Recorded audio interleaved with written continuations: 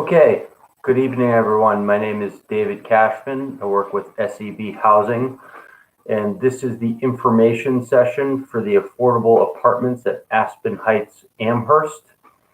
Seb Housing is an off-site affordable housing consultant who has been retained by the development and management team to assist them in the affordable lease-up. And so they have asked us to do the marketing and to run this information session. Will be primarily the point of contact for applicants who are interested. If people have questions about the affordable process, those can come to us. And we'll be really probably the main point of contact as you go through the application process. Now, at some point later, after we have the lottery, we will hand you off to the management team so you can engage with them in seeing the units and applying for them. And I'll talk more about that during the course of this information session. But probably most likely in the early phases as you're submitting an application, SEB is going to be your primary contact. So tonight, this information session will probably last anywhere from 45 minutes to an hour, depending on if there are many questions. And the goal is to just give you some information about the units and the development, about the affordable units, about how to apply and what the requirements, the eligibility requirements are, and what to expect in terms of a lottery and what happens after the lottery. If there are questions, please feel free to ask those and I'll stop and address your question. Of course, if I'm going to get to it later, I might ask you to just hold on and then I'll address it at a point when it makes more sense to get to it. Obviously, I'm the only one that can speak through the YouTube, but if you do have a question, please type it in the box to the right of where you see me, and I will address your question. I'm just going to type something there right now so you can see what I'm talking about. And so, yeah, the goal of this evening is to answer any questions you have, just give you a little bit more information about the process, and hopefully leave you feeling like you have a better grasp of what to expect. If you haven't done so already, I'd encourage you to visit our website, www.sebhousing.com.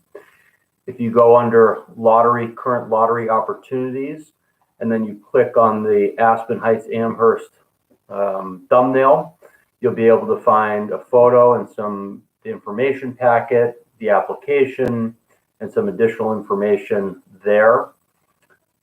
You can download the information packet and application right from our website.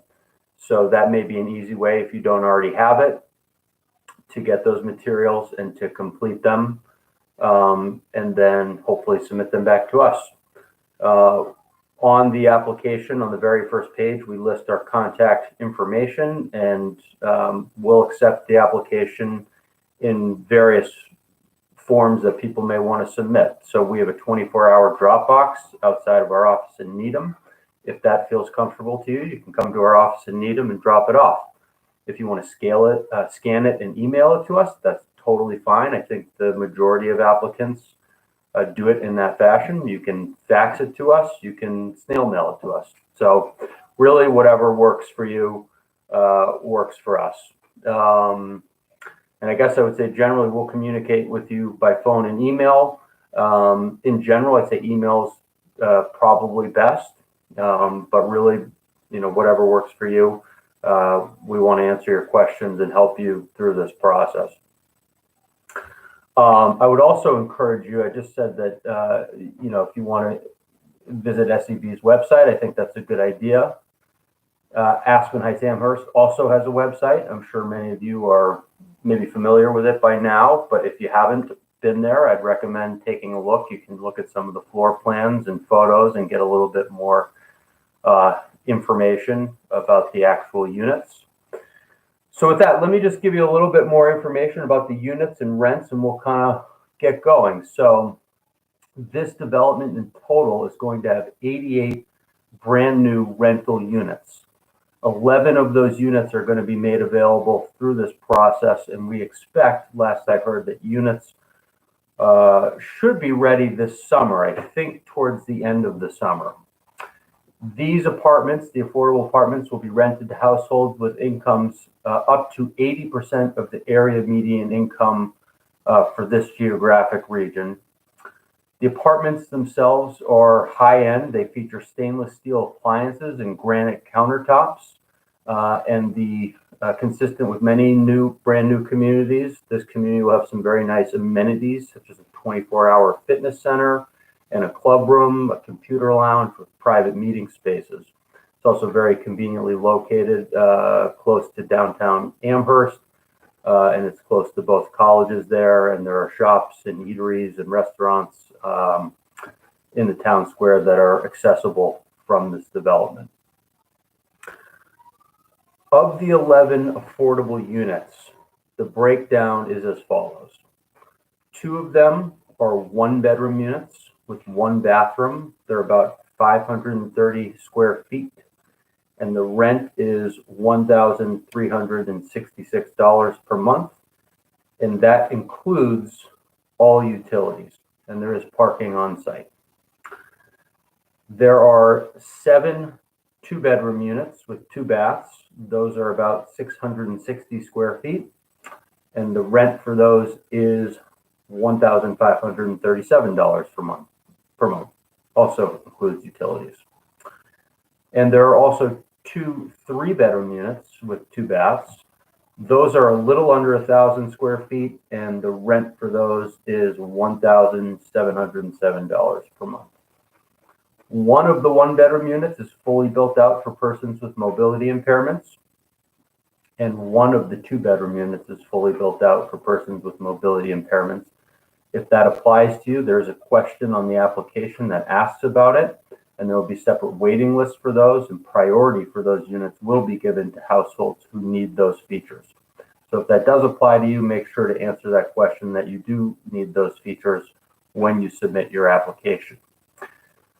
Now, if you're curious, those affordable rents are considerably less than the market rate rents for similar units at the property. So just to give you an idea, and I'm just looking at the Aspen Heights website, it looks like 1-bedroom units start at $2,000 and go up to about $2,200.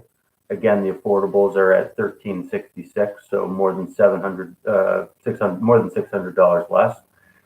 The 2-bedroom units market rates start at $3,000 and go up a little bit. The affordable 2 bedrooms are going to rent at a little over $1,500, so about half. And the 3-bedroom market rate units are up around $3,600, $3,700, $3,800. The affordable 3 bedrooms are renting at $1,707. So as you can see, these are obviously a great price within this community. Again, all utilities included. There's a parking spot. There are no pets allowed, though, and no smoking allowed. Let's talk about, I think when you think about this process, it can be helpful to think about it essentially as a 2-step process. The first step is to submit an application to SEB Housing, and then we'll have the lottery. And the second step will be to apply for a unit, and that's when you'll be likely engaging with the management team, viewing units, selecting your units, and sort of applying for a rental unit the way you apply for any rental unit. In thinking about step 1, which is the application process, let me tell you a little bit about the eligibility requirements and what to expect. And before I do that, let me just say this. If you can take anything away from this evening, probably one of the most important takeaways that I would have for you is, after watching this, I would still recommend that you take a look at the information packet. If you don't have one already, as I said, that's available on our website. There's a lot of information packed in there, and I think there's a pretty good chance, if you have a question, it may actually be answered in there. So take a look. If you're interested and you're eligible, I recommend getting your application in on the earlier side. The application deadline is June 2nd at 2 p.m. But I can tell you from experience that, and if you haven't seen it already, our application is pretty lengthy. It's dense, and there's a lot of information that's required. There's a lot of documentation that you'll have to provide, and we'll talk about some of what that is. Now, that's not just because SEB is looking to be nosy and look through all your financial documents. That's because we're tasked with ensuring that these units are only made available to people who qualify. And to do that effectively, we have to be able to look through your financial documents to determine what your income and asset picture is, to determine if you qualify.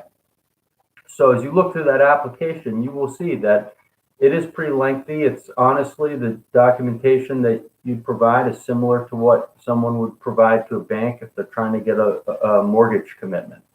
And we're going to talk about some of those things. And so there's a lot, and most people on their first submission will have some items missing. Maybe they just overlooked something, or sometimes they submitted something that was specifically requested by the application, but the document that they submit actually raises further questions. This comes up often with bank account statements. You have to submit bank account statements, but sometimes there are deposits into a bank account that can't be tied to a specific job, and we need to know that it's not some other source of income that was not disclosed, so that may elicit further questions. So anyway, I'm getting a little far afield. The point is, if your application is close to being ready, but you're not totally sure, get it in. Get it in early. This is not a one bite at the apple type of situation.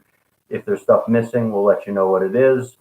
And that way, if you get it in early, you'll have some time to collect those things and try again. If it's not totally complete the second time, that's okay. You can try a third time. We're not here to make it hard. We're here to work with you and try and help you through that process. And I can't stress enough, you don't want to submit it on June 2nd and think you've got everything, and then you find out some stuff's missing, and now you're scrambling to try and track down the missing items. Okay, back to step one, application criteria with SEB Housing. What are the eligibility requirements for this program? In order to qualify for an affordable unit, households must have income and assets that qualify within the parameters of the program. Talk about that more in a minute. There will be priority. This isn't so much an eligibility criteria, but there will be a priority for larger units based on household size and composition through the lottery. Bigger units will be larger household sizes who need the bedrooms. All the bedrooms in a unit will be given priority over households who might like all the bedrooms but don't need all the bedrooms. We'll talk about that some more too. Households cannot own a home upon move-in, so the house has to be sold. Talk about that more in a little bit as well. It's okay if you own the house now, but it does have to be sold before you can sign a lease. Finally, households or their family members cannot have a financial interest in the development. I don't think that comes up with any frequency whatsoever, but sometimes an applying household can be considered what's called a related party, which means that they may be related to someone on the management team. And that's Aspen Heights. So if you are related to someone there, you would have to disclose that on your application, and that would be a disqualifying factor. The rationale being that if a related person to someone on the management team is applying, that can give the appearance of impropriety, the appearance that that person might get preferential treatment as opposed to others, and the program doesn't allow that. And as I said before, there are some disabled accessible units at the development, and priority will be given to households who need those features through the lottery. So let's go to item one, which is that households must have income and assets that qualify within the program guidelines. Maximum income limits are broken down by household size members, the number of members in the household. It's not tied to the unit size that you're applying for. So it has nothing to do with whether you're applying for a 1-bedroom or 2-bedroom or a 3-bedroom. It has to do with how many people are you applying with. Is it 1 person, 2 people, 5 people, 6 people? Okay, you don't have to memorize this. The numbers are in the information packet. They're in the application. They're on our website, so you don't have to write this down or memorize it. You can find it in those places. But very quickly, the maximum incomes for household sizes of 1 are $47,850. For household size 2, it's $54,650. Household size of 3, it's $61,500. Household size of 4, it's $68,300. Household size of 5 is $73,800, and household size of 6 is $79,250. Those are based on the area median incomes that are published by HUD each year in April. And they're actually set to the 2020 income limits because the 2021 income limits for this area, unlike many other places in Massachusetts, actually went down. Okay. These change usually every year. So they'll change again in 2022, but not for almost a full calendar year from today. The income limits I mentioned include everyone in the family, everyone that's going to be part of the applying household, of the applying household. Income limits are in this program counted expansively. So there is the sort of more common sources of income, like what you make in your job, but there are less common sources of income as well that we need to count. And those can include things like many people may be self-employed. That could be in lieu of working for an employer. That could be in addition to. If you have a side job, selling things on eBay, that also counts as income. If you receive child support or alimony, that counts as income. If you receive Social Security income or SSDI, that counts. If you're receiving regular distributions from a pension, that counts. Unemployment compensation, not the federal pandemic unemployment compensation, but regular state unemployment compensation counts as income. There can be periodic payments that applicants sometimes get, and that often shows up in applicants' bank statements, where we see that there are deposits going into the bank account. They're not tied to a job. We ask about it. It turns out maybe they have a family member who gives them, $400 a month every month. Okay, that's great if you have that, but if it's recurrent, okay, not a one-time thing or not a once in an every blue moon thing, but if it's every month or every 2 weeks or something that has a pattern, that money would count as income. You may have assets that generate income, and the money that the assets generate, a lot of times they don't generate that much, but sometimes they do. Something like a bank account probably isn't going to generate much, but it still counts as income. But you may have other assets that generate income, and your statements for those assets would show what that income is, and that will be counted towards the overall income picture. There are two exceptions to what I had said initially, that when counting income, we're looking at the whole household. So that's everyone whose name is going to be on the lease and everyone who would intend to live in the unit.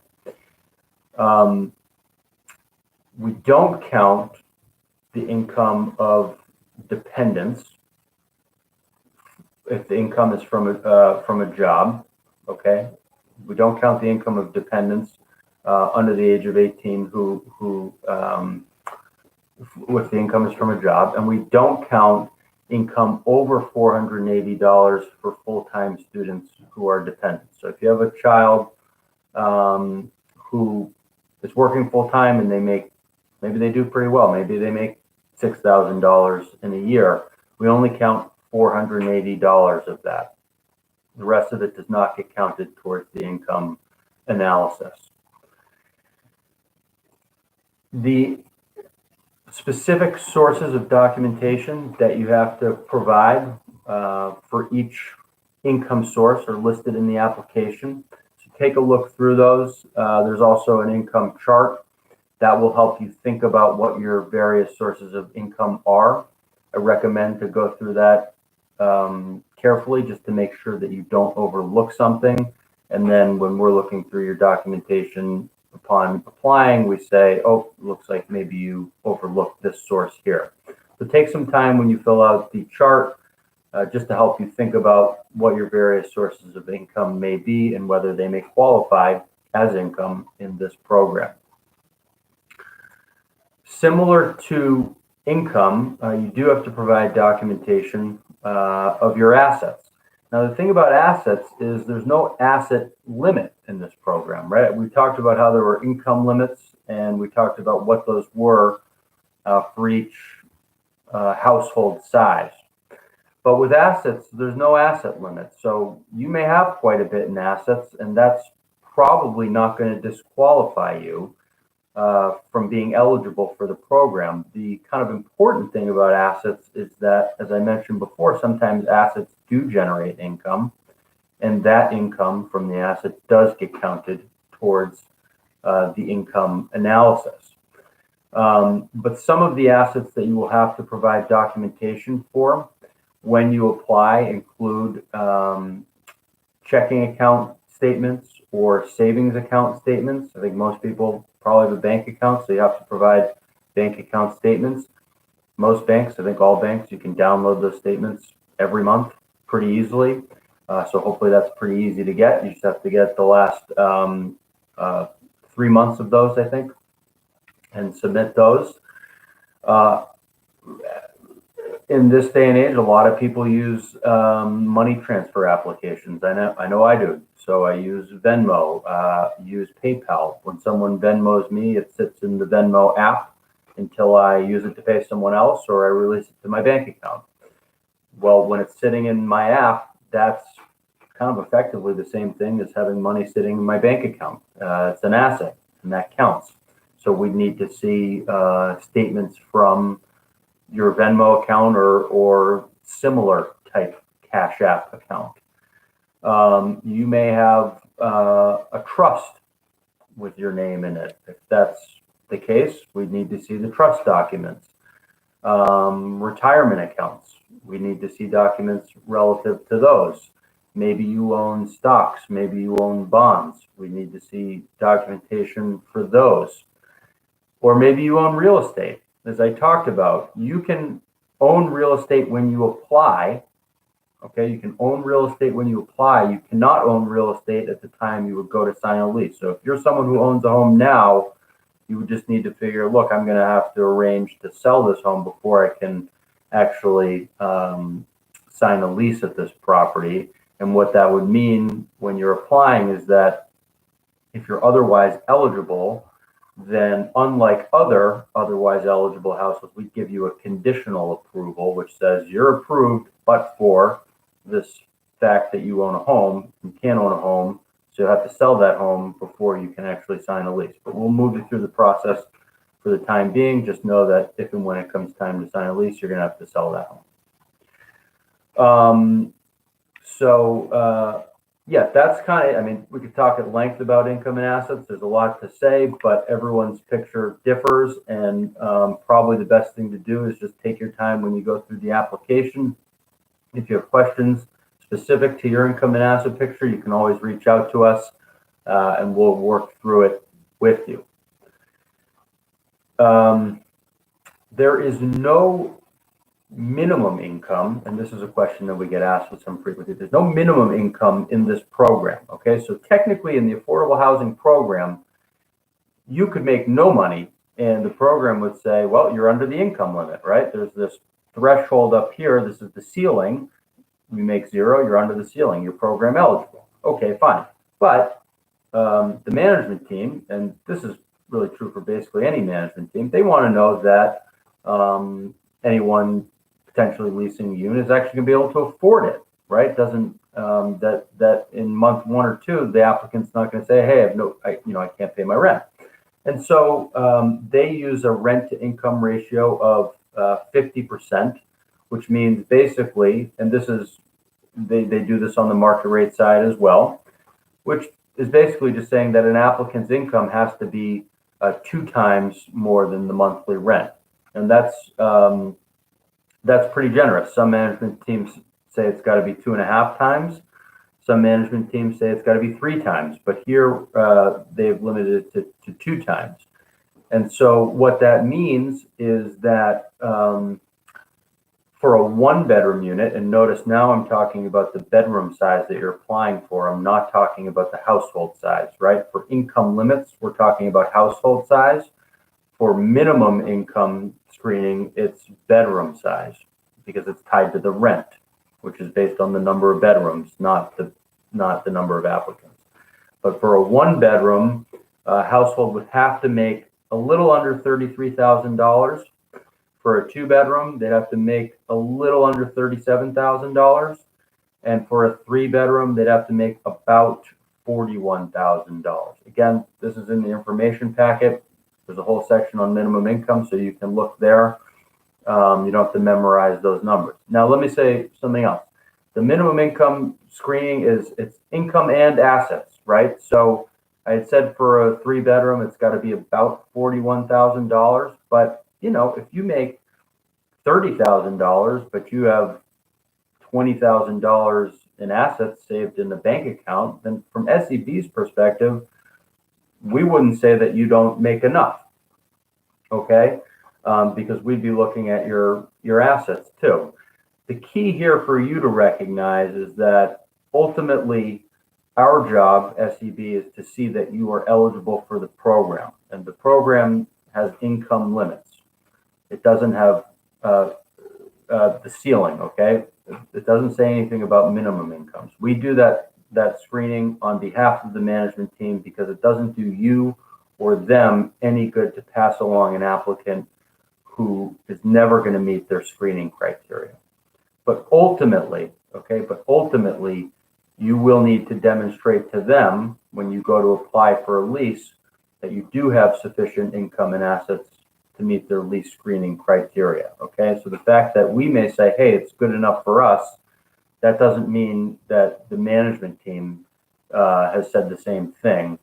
When you go to apply for a lease, they will look at your income and assets, and they will determine if you have enough, if you make 2 times the rent and look like you'll be able to afford the rent, okay? Again, that's an even standard. They apply to everyone applying for a unit.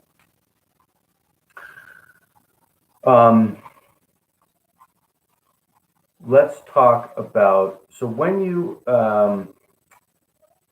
we talked about household size and composition for a moment towards the beginning when I was talking about eligibility criteria. The household size and composition is, it's not something you have to, that impacts your eligibility, but it is something that impacts where you will get placed in the lottery, because we do have to give preference or priority to larger households who need all of the bedrooms that they're applying for. When you submit a lottery application to SEB, it will ask you what household type you are, and you can only be one of 3 types. You can be a type 3 household, you can be a type 2 household, or you can be a type 1 household. And those types just correspond to the number of bedrooms that the program says you need. So the program would say that a type 3 household needs 3 bedrooms, and a type 2 household needs 2 bedrooms, and a type 1 household needs 1 bedroom, okay? It's pretty self-explanatory. When you fill it out, they're just check boxes with different makeups of household types, and you just check off the one that applies to you. So for example, under type 3, you'll see, okay, a 5-person household is a type 3 household. You check off that one. When I talk to you in a moment about the lottery and the waiting list, we'll talk about how those household types manifest and what their relevance is in creating the waiting list through the lottery. But for now, just understand that for bigger bedrooms, priority will be given to bigger households who need all of the bedrooms. And that's where this household type question that you'll see on the lottery application, that's why we're asking it, so that we know how to give priority for those larger units.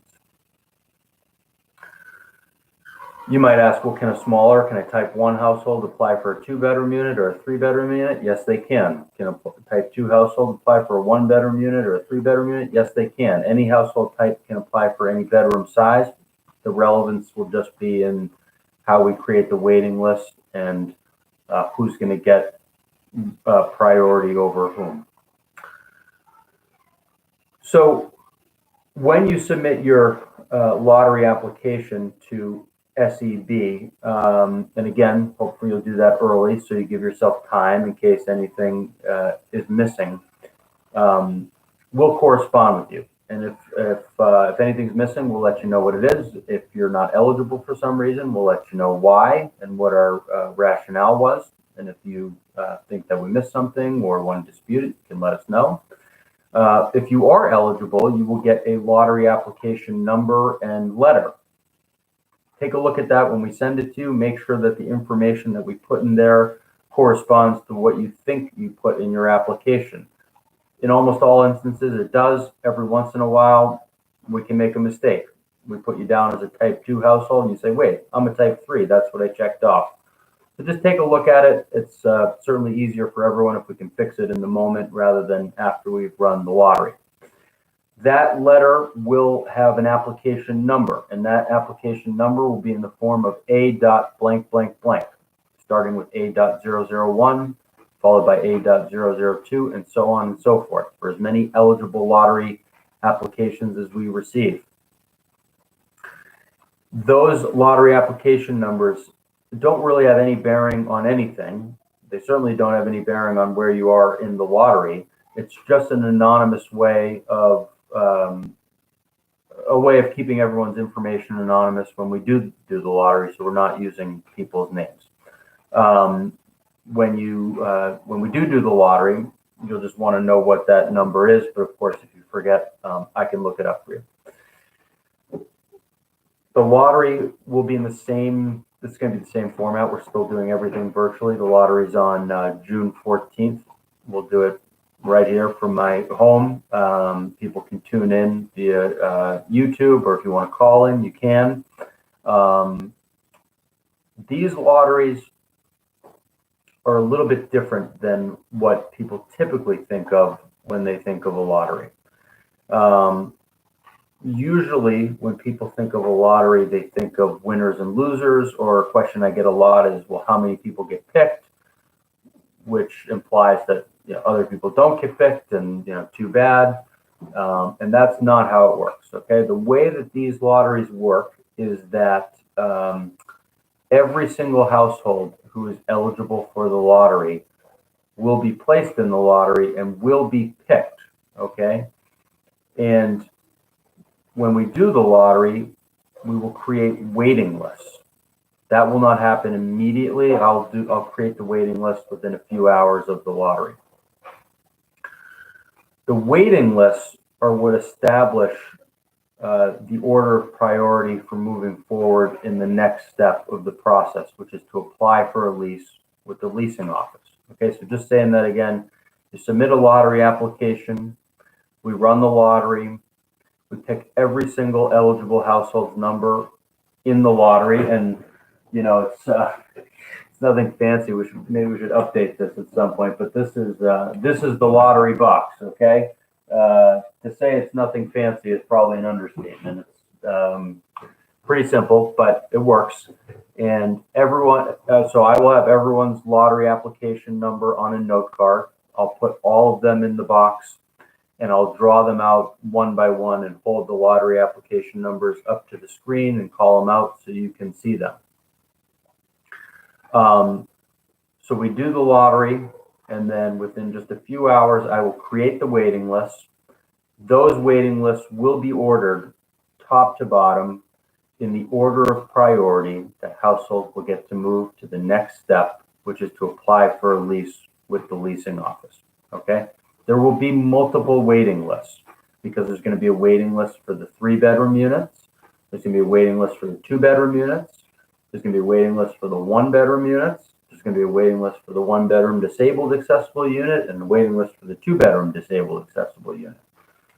There's also a local preference in this lottery. What does local preference mean? It means that for some of the units, not all of the units, in total 7 of the units have what's called a local preference attached.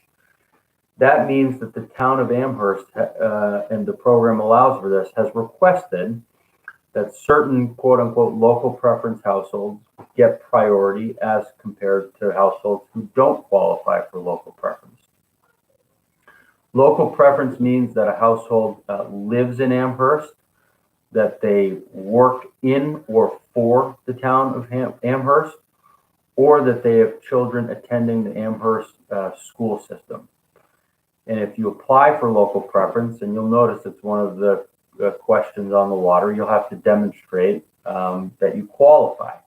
So that could be something from your employer that shows their address in Amherst, or if you live in Amherst, you would have to submit like an oil bill or a cable bill or something that shows your address. And so for some of these units, households who qualify for local preference will get priority through the lottery as compared to households who don't, okay? But still, household type is, for the larger units, is more important than whether you qualify for local preference or not. So if you're sitting there scratching your head saying, you know, I don't qualify for local preference, does that mean I shouldn't bother applying because I'm never going to get a unit? The answer to that is no, you should still apply. And frankly, I think everyone who's in this lottery will have a very good chance of being invited forward in the next step of the process. Let me just give you a quick example. And if you have access to the information packet, we actually break down exactly how the waiting lists are going to be created through the lottery. So you can see now kind of how will the sausage get made, so to speak, how will the waiting lists be created among households who apply. But there are 2 3-bedroom units, okay? There is going to be a local preference for both of those units. But the top households on that waiting list will be type 3, households who need 3 bedrooms, will be type 3 local preference households. But they'll be followed by type 3 non-local preference households, because household type, i.e. need of all the bedrooms in unit, trumps whether you're local preference or not. Those households will be followed by type 2 households who qualify for local preference, who will be followed by type 2 households who don't qualify for local preference. They'll be followed by type 1 households who qualify for local preference, followed by type 1 households who don't qualify for local preference. Okay, so you don't have to memorize that. Don't get bogged down in it. Point is, just know that for some of the units, households who qualify for local preference will get priority on the waiting list. It is absolutely not a requirement to have local preference to apply for the lottery. And even if you don't have local preference, there's still a very good chance that you will be invited forward in the next steps of this process. So you should still apply.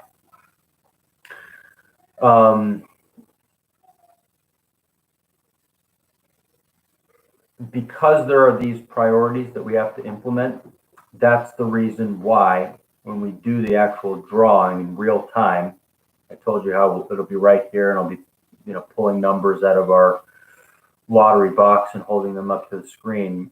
You won't know in that moment, and I won't know either in real time what that means in terms of the waiting list, because I don't know, for each number that's picked, I have no idea what household type they are. I don't even know what bedroom size they applied for. I don't know if they're local preference. I don't know anything, and you won't either. And so in real time, I guess the lottery drawing can be a little bit anticlimactic, because I'm pulling the numbers out and everyone's kind of scratching their head saying, I don't know exactly what this means. And the answer is, I don't know what it means in that moment either, but I'll know what it means within a few hours, because I can find everyone's information, create the waiting list, and using the priorities. And then the good news is that within just a few hours, assuming you have email, I'll email you the waiting list, and those will be ordered top to bottom, so you'll know exactly where you are and where you stand relative to other households in the lottery. If you don't have email, I'll send them in snail mail, and you'll get them within a few days. Okay, I think I've said as much as I want to say about the application process, and I want to talk a little bit now about kind of step 2. When I earlier on, when in this presentation, I was saying how you can think of this as kind of a 2-step process. Step 1 is fill out the application, submit it to SEB Housing. We'll work with you. If you're eligible, you'll be entered into the lottery. And then households who are eligible can move on to step 2, which is to apply for a lease with the leasing office. One thing I actually want to say as well, too, before I move on to that, is you can apply for multiple bedroom sizes. And in fact, there's no downside to doing so. Worst thing that happens is you apply, you say, hey, I'm going to apply for all 3. I'm going to apply for a 1-bedroom, 2-bedroom, and a 3-bedroom. And if you're eligible for all 3, you'll be on all 3 waiting lists. The worst thing that can happen is you have a really high 1-bedroom, waiting list position, and you get called and you say, actually, I'm not interested. I really just want a 2 or a 3-bedroom unit. And fine, you can do that. There's no downside. So when you see that question on the application, I always tell people, check off as many as you think you might be interested in. Worst case, you just, if you're not interested in one later, you don't move forward with it. Conversely, if you only check off that you're interested in a 1-bedroom, and then we run the lottery and you're like, shoot, actually could have used a 2-bedroom, that'd be nice. We can then add you onto the 2-bedroom list, but you're going to be behind all the households who were in the lottery. Okay, we can't kind of retroactively do that. So it really is more beneficial to you to be over-inclusive with the number of bedrooms that you apply for rather than under-inclusive. Okay, let's go to step 2. So step 2, we run the lottery, create the waiting list. We communicate with you. We'll give you the information and contact for the leasing office. We'll give your information to them so you can contact each other. Then they'll start reaching out to households on the waiting list to invite them forward to look at the units and apply for the units and select the units that they most want. By the way, these units have all been approved by both the town and the state. And the leasing office can show you which units they are. I'm sure either by floor plans, or maybe at that point they'll be doing tours of units. But you'll be able to see what the selections are. And those selections are going to be dispersed throughout the development. They're not all clustered in one corner. They're not all stacked.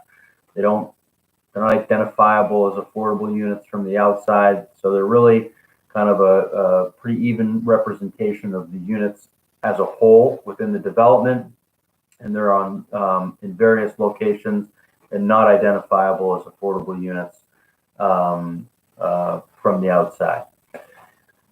When the leasing office starts inviting households, again, you'll apply for a lease, and at that point, the leasing office will have you submit a lease application, and they'll look at some of the criteria that management teams typically look at, and that'll be things like, does the person have enough income and assets to afford the rent? Right? We talked about that before, the rent-to-income ratio.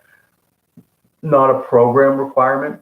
SEB will do kind of a more brief screening to make sure it looks like you meet their standards, but ultimately they're the ones that will have to determine that you have enough income and assets to afford the rent. They'll probably look at other things that management teams look at, like if you have a criminal background that might disqualify you, or what your credit history and tenant history and things like that are. Okay, you'll notice SEB isn't asking any of those questions because they're not requirements for being eligible for the program. But you have to distinguish program eligibility and the lottery, which is what SEB does, that's our role, from lease eligibility, which is a separate determination that involves separate factors, which is something that ultimately the management team, not SEB, determines. So someone could very well be program eligible and in the lottery, but ultimately not lease eligible. So if you have a high waiting list position in the lottery, please don't go tell your current landlord, assuming you're renting and have a landlord, hey, I'm number 1 on the list. I'm going to be living at Aspen Heights. See you later, because that's premature. You want to make sure that you actually, are approved for a lease at Aspen Heights before you take any such measures. And again, the reason for that is, like, SEB is not going to ask you any questions about, what your credit's like, because that's not our function. But if you make under the income limits and you submit the application and get everything that we need, and you're program eligible, but your credit is really really bad, well, you may not be lease eligible, and you won't know that until you go to apply for a lease. Okay, so just distinguish kind of who's doing what, program eligibility versus lease eligibility. Usually when households get invited by the leasing office, there will be some time limits in place. They want to start getting these units filled. The fact that you're in the lottery and have a waiting list position doesn't give households carte blanche, to take a month or 2 months to come in and apply for a lease. Probably more likely they're going to give you around a week, and they'll reach out and say, hey, you're in the lottery, great. We're now moving forward in the next step. We'd like you to come in within the next week or so to apply for a unit and select the unit of your choice. Obviously, this is where the waiting list become really relevant, because if you're higher on the waiting list, you'll have choice from any of the available units on that list. If you're, let's just say, on the 3-bedroom list and there are only 2 of those, well, if you're number 1 on that list, you get to choose the one that you want. And if you reserve that unit, then the household behind you can choose the remaining unit. Oftentimes, units may not be ready. I don't know, but units may not be ready at exactly the same time. And so having a higher waiting list position can also be advantageous, because, maybe you want, you want to select a unit that coincides with your schedule for when you're looking to move. And that's an advantage of being higher on the waiting list.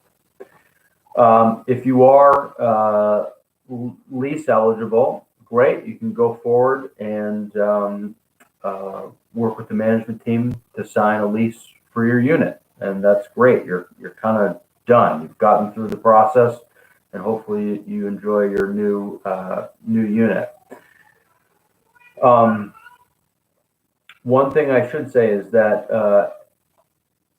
so you're done for a while, but as this is a rental development, every year households have to recertify their program eligibility. So you don't get to lease a unit, move in, and then never have to do anything with the affordable housing program again, much as you might like to. You do have to still show each year that you remain eligible.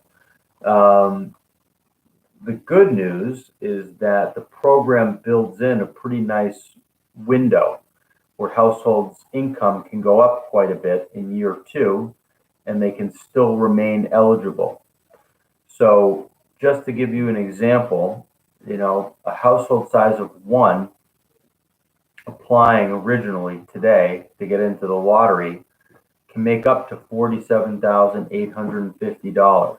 Okay, but if we take that same 1-person household, they move into a unit, great, almost a year goes by, they say, yep, love it here, I want to live here for another year. The property says, great, we'd love to have you live here for another year. You got to recertify to show that you're still eligible for the program, right? Well, now that same household can make up to almost $67,000 and still be eligible for the program. So almost, not quite, almost a $20,000, $19,000 buffer that's built in. And that's true across the board, whether it's a household size of 1, 2, 3, 4, 5, 6. The buffer is, in fact, gets greater the larger the household size. So what that means is if you're in an affordable unit and you have a good year, maybe at work, and your income goes up some, well, chances are it can go up a pretty decent amount, and you'll still be able to be program eligible in year 2 when you go to recertify. Plus, you've already done it, so you're familiar with the process and you know what's required, and that makes it easier. But on that front, while you're a tenant in an affordable unit, it's always a good idea to continue to update your file and to collect documents, to update your bank account statements and your pay stubs and things like that. So if you do that throughout the year, then when it comes time to recertify, you've got that file ready, and hopefully that makes the recertification process that much easier.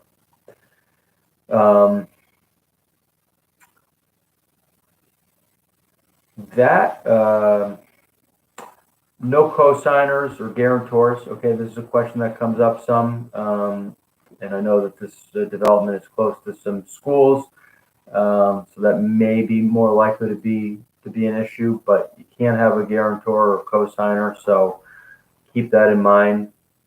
You have to be able to at least qualify based on the strength of your own application. If someone's going to be helping you with the rent, that does need to be included as a periodic payment. That would count as income. So, right, if mom or dad are going to help support the rent, great, but that money that they paid for rent does count towards income and should be included in the analysis of income for program eligibility. All right, I've been talking for a little over 50 minutes now. I think I've covered the big points that I want to cover. Again, all of this stuff is in the information packet and on our website. I'm going to stick around for a sec. If there are any questions, I'm happy to answer those. The good news is that if you think of a question later, you know where to find us. You can certainly reach out to us. Be happy to answer your question. And oftentimes, as households begin the process of completing an application, that's when they kind of realize what their questions are. Right now, it's a little bit more theoretical, abstract, but as you start to get into your own documentation, I think it becomes a little bit more concrete. And you can certainly, at that point, if you have questions, reach out to us. Be happy to work through those with you. So I'm going to hang out for just a second. If anyone has a question, great. If not, thank you for tuning in. Hope it was helpful. Hope you got a little bit more sense of what this opportunity is and how to apply. And we hope to see your application sometime soon. So thanks. Matt, did you have anything you wanted me to add or end with? No, I think you got everything. Yeah, all right.